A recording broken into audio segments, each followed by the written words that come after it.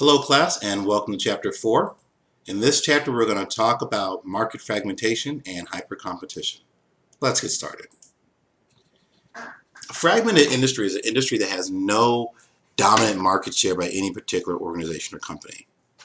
So the competition can be fierce, but there's no single company that is just overwhelmingly dominating the market, that has all the market share and is leading the market far out in front of all the competitors.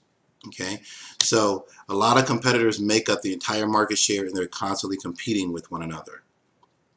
This is very different from a consolidated industry. A consolidated industry has one or two companies, or could be three companies or so, that dominate the marketplace. These companies hold the dominant market share, and it's easy to point out who's in charge of this market, who's leading it, and all the other competitors are far behind them. So there's a significant gap between those that are in charge, those that are leading the marketplace, and those that are not leading it.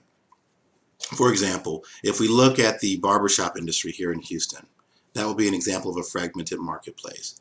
Lots of competition, no one company is dominating the market as the major market share holder.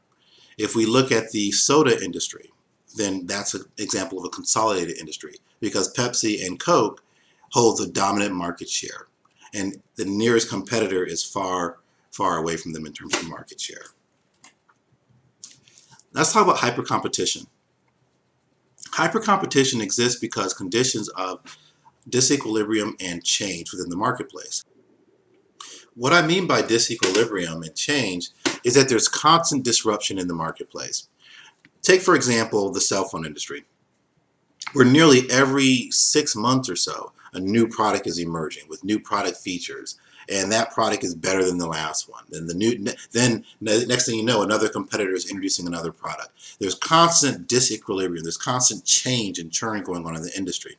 The more change that you have, and the more frequently that change comes, we call that a hypercompetition environment, because that change is coming very quickly. It's constantly disrupting the marketplace. It requires that companies are willing to take risks, and in many cases cannibalize their own existing products.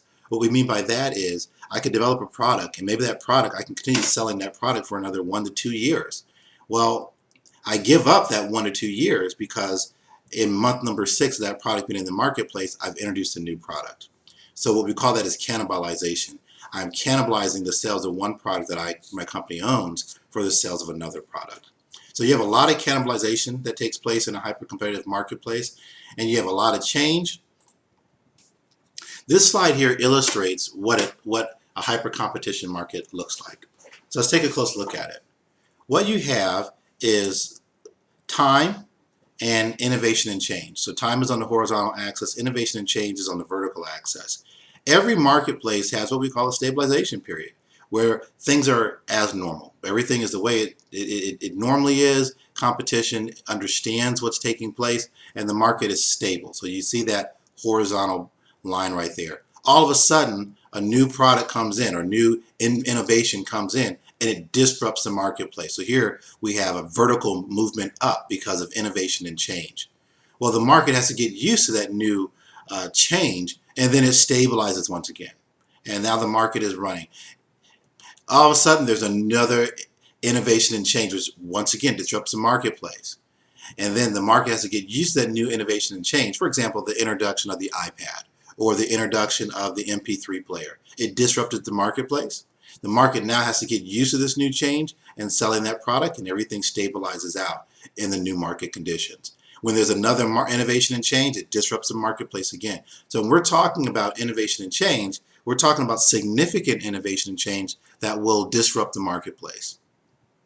When you have this type of change that happens frequently, we call that hypercompetition, because all the competitors have to now adjust, stabilize, and get ready for the next change, or if they're Apple, drive that next change because customers begin to expect that. So competition is very important in a hyper-competitive market.